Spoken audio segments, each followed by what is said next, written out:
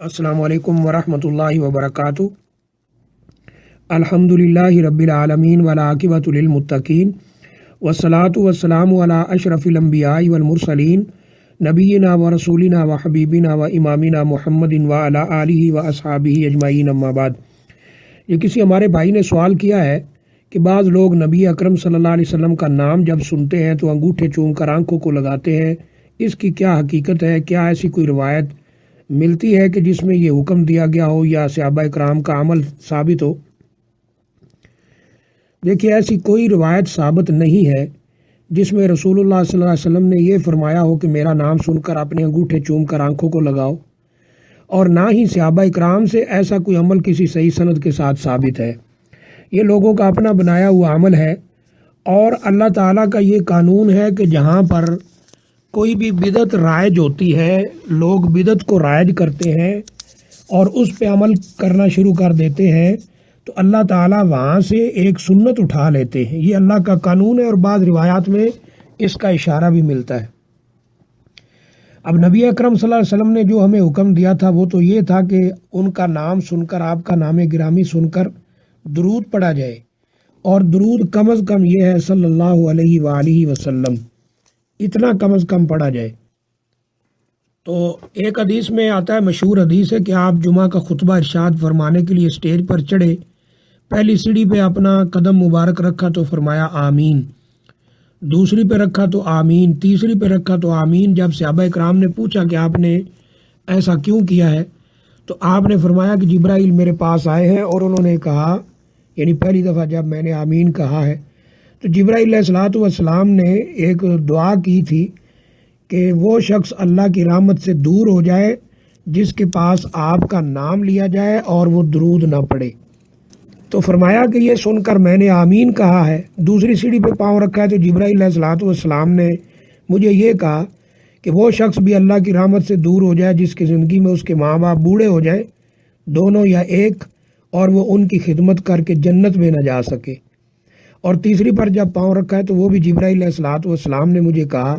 कि जिस शख्स की ज़िंदगी में रमज़ान आ जाए, रमज़ान का महीना आए, और वो अपने गुनाहों को मुआफ़ करवा के, यानी अल्लाह ताला से जन्नत में ना जाए, तो वो भी अल्लाह की रहमत से दूर हो जाए। तो मैंने आमीन कहा है। अब सोचने की बात यह है कि फ़रिश्तों का सरदार ये दुआ करने वाला है, या ये कह लें बात दुआ करने वाला है, और नबियों के सरदार आमीन कहने वाले हैं। तो इस दुआ या बाद दुआ की कबूलियत में शक करना ये ईमान से खारिज होने वाली बात है। तो इसमें तो रसूलुल्लाह सल्लल्लाहु अलैहि वसल्लम फरमा रहे हैं कि वो शख्स अल्लाह की रहमत से दूर हो जाए जो मेरा नाम सुने और मुझ पर दरूद ना पड़े। अब जो आपका नाम सुनकर अंगूठे चूम के आंखों को लगा रहा है, एक ऐसी चीज़ का इर्तिकाब कर रहा है जो साबित ही नहीं है,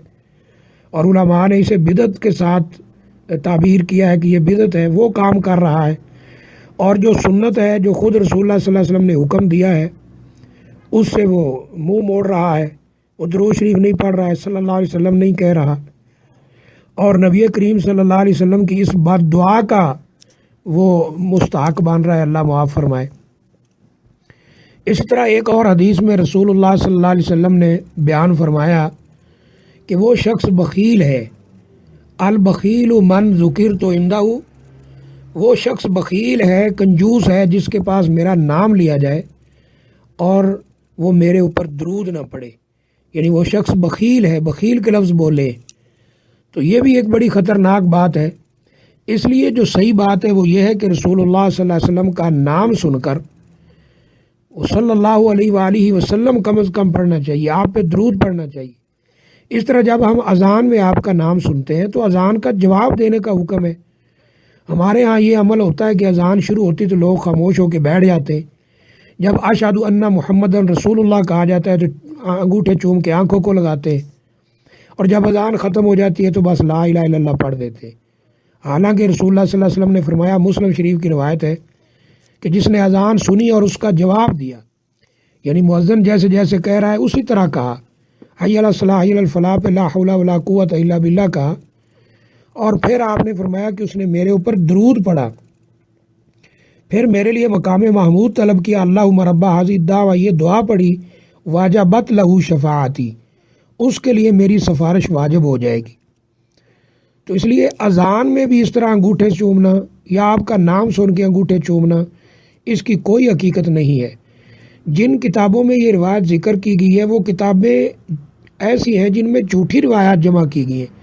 جب بھائی وہاں سے دلیل دیتے ہیں تو بڑی حیرت ہوتی ہے کہ ان کو یہ بھی علم نہیں ہے کہ یہ تو جھوٹی روایات پر مشتمل کتاب ہے،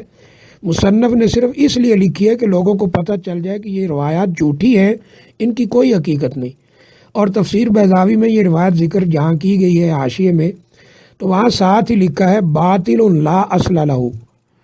یہ روایت بالکل باطل ہے، جھوٹ ہے، اس کی کوئی اصل اور بنیاد نہیں ہے، یعنی یہ ثابت ہی نہیں ہے۔ نہ رسول اللہ صلی اللہ علیہ وسلم سے ایسا عمل ثابت ہے، نہ آپ کا حکم ثابت ہے، نہ صحابہ اکرام سے ایسی کوئی بات ثابت ہے۔ تو لہذا نبی اکرم صلی اللہ علیہ وسلم کا جب نام سنا جائے